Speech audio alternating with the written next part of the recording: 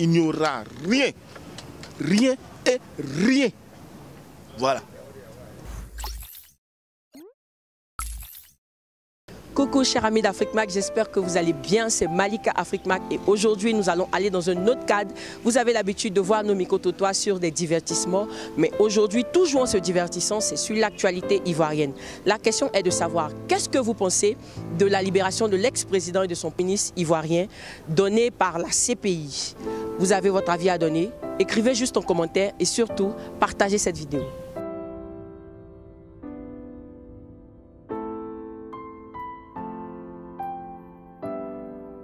Je pense que c'est une bonne décision parce que d'abord ça va participer à la réconciliation et à plein de choses qui se sont faites pendant la guerre.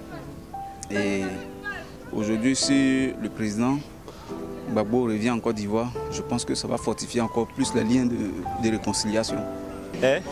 Moi personnellement, je pense que sur la CPI, après 10 ans bientôt, après une telle décision, c'est parce que la CPI même sait que la décision qu'elle prend là, si les autorités ivoiriennes en sont conscientes et qu'elles acceptent, ça va participer non seulement de la réconciliation entre les Ivoiriens, et puis ça va apaiser le climat de méfiance qui existe entre les Ivoiriens. Parce qu'il faut dire que ce procès de Gbagbo là a vraiment divisé les Ivoiriens. Vous voyez? Et au jour d'aujourd'hui, nous sommes à 5 mois de l'élection, je pense. Et il est véritablement important. Et ça, c'est un appel que je lance à nos autorités de saisir la balle que la CPI leur offre pour montrer à la face du monde qu'eux, ils ne sont pas pour la division en Côte d'Ivoire. Et que cette pêche-là, que la communauté internationale, par la voie de la CPI leur lance, il faut la saisir pour aller à une réconciliation vraie. Je pense que c'est une bonne initiative. Le fait d'avoir libéré le président Laurent Gbagbo l'ex amènera la paix en Côte d'Ivoire, dans tous les foyers et partout en Côte d'Ivoire. Voilà. Mais c'est ce que tous les Ivoiriens attendent. Parce que ça c'est la vraie réconciliation. Parce que c'est un élément important du pays qui se trouve à l'extérieur depuis plus de 9 ans. Et tout le monde sait que son absence pèse sur la paix sociale en Côte d'Ivoire. Tout ce que nous vivons, c'est superflu. C'est quand il va rentrer qu'on va rentrer même dans la vraie réconciliation. Parce que c'est un acteur principal de la réconciliation qui se trouve à l'étranger. Bon, par rapport à l'ex-président, j'espère que la décision est bienvenue. S'il est libre de ses mouvements, j'espère qu'il peut venir dans son pays comme tout un chacun de nous. D'accord, mais est-ce que c'est une bonne décision ou bien vous pensez que ça va créer des troubles, tout ça? Bon, ça à une condition. À une condition que tout le monde se met en accord. Là, ça ne va pas créer des troubles. D'accord, mais vous pensez que ça peut favoriser la paix en Côte d'Ivoire? La paix. Bon, si lui vient en paix, j'espère que ça peut favoriser la paix. Si celui qui est là aussi, lui aussi, il accepte que la paix soit faite, ça sera possible. Voilà, parce que tout le monde est ivoirien.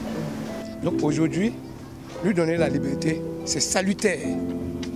C'est salutaire en ce sens que quand on parle de réconciliation en Côte d'Ivoire, on ne peut pas parler de réconciliation pendant que des gens sont emprisonnés. Et si le monsieur le président, il retourne en Côte d'Ivoire, ça va donner une joie telle que, vraiment, ça serait une libération, vous allez voir. Tout ce que nous voulons, que la paix règne en Côte d'Ivoire, qu'il laisse le monsieur venir dans son propre pays. D'accord, mais est-ce que le fait qu'il revienne ne va pas être sujet de trouble? Non, je ne pense pas. Vous voyez, 10 ans après la crise, je pense que le peuple ivoirien a mûri. Et que certains ont vécu des événements vraiment douloureux qui ne sont pas prêts à revivre. Vous voyez, non? Si Gbagbo revenait, bien au contraire, les gens vont aller l'accueillir, c'est vrai. Que l'État permette que les gens aillent l'accueillir. Et puis, accepter la contradiction, parce que c'est ce qui est important. Hein? Montrer que c'est vrai. Il y a eu des fautes commises, les Ivoiriens ont pardonné, les politiques ont pardonné. Donc aujourd'hui, tous ensemble, on va s'asseoir, on va discuter et puis parler véritablement de la vie de la Côte d'Ivoire, parce que c'est ce qui importe, hein, la vie de la Côte d'Ivoire. Nous, on n'est rien. Ce qui importe là, c'est la vie de la Côte d'Ivoire. Sans trop cacher les choses, dans l'homme même, le président Gbagbo même, il était déjà aimé. Voilà. L'amour que le peuple ivoirien porte même pour le président Gbagbo va fortifier encore plus, renforcer encore plus les liens qui sont déjà peut-être un peu dégradés, mais si on peut le dire quoi. Donc voilà un peu. Je pense que l'arrivée de monsieur le président Gbagbo, l'ancien président Gbagbo, peut contribuer fortement à la réconciliation. Mais est-ce que ça ne va pas créer des troubles, le fait qu'il revienne? Non, ça ne va pas créer des troubles, puisque déjà on avait besoin de sa présence même ici, en Côte d'Ivoire. Parce qu'on dit le linge sale se lave en famille. Voilà. Donc il faut qu'il soit dans son pays d'abord pour qu'on puisse commencer à parler des trucs. Et je ne pense pas que ça va créer des troubles. Côté trouble, je pense que ce sont des rumeurs, voilà, qui sont un peu dites par certaines personnes qui pensent que s'il revient, on va créer la zizanie. En fait, on a besoin qu'il revienne pour au moins stabiliser encore plus cette paix qui est un peu volatile. Jamais de la vie. Au contraire même, ça sera la joie. Tout le monde sera égayé. Puis bon, la paix va revenir au pays. D'accord. Et vous pensez que le retour de l'ex-président peut favoriser la réconciliation? Beaucoup de choses même, beaucoup. Puisqu'aujourd'hui, là, quoi qu'on dise, hein, le monsieur est aimé. Hein. Voilà. Donc s'il est là aujourd'hui, je pense que ça peut régler beaucoup de choses. Voilà. Merci. La caméra et lancer un message à tous les Ivoiriens qui sont aussi comme vous, qui ont appris cette nouvelle et peut-être qui font des amalgames sur la décision de la CPI. Ok. Chers frères et sœurs, je suis M. Conan, Ivoirien comme vous, ayant vécu véritablement. Quand je dis véritablement, c'est que moi j'ai véritablement vécu la crise parce que je n'ai pas bougé d'Abidjan. Je suis resté du début qu'à la fin. Et j'ai vu des choses que beaucoup d'entre vous n'ont pas vues. J'ai vécu des choses que beaucoup d'entre vous n'ont pas vécues. Mais si aujourd'hui, je suis confiant à un avenir meilleur pour la Côte d'Ivoire, c'est que vous, mes frères et sœurs, même ceux qui ont été meurtris dans leur chair, vous pouvez pardonner pour la Côte d'Ivoire, pour la cohésion nationale, pour la cohésion des différentes ethnies de la Côte d'Ivoire, et puis avancer.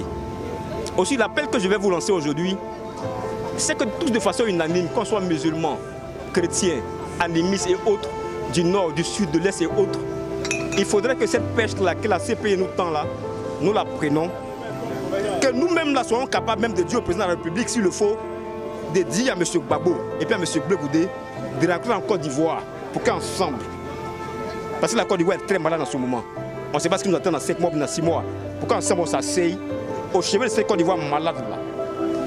Et puis ensemble, on trouve des ébauches de solutions pour avancer dans la paix, pour un lendemain meilleur.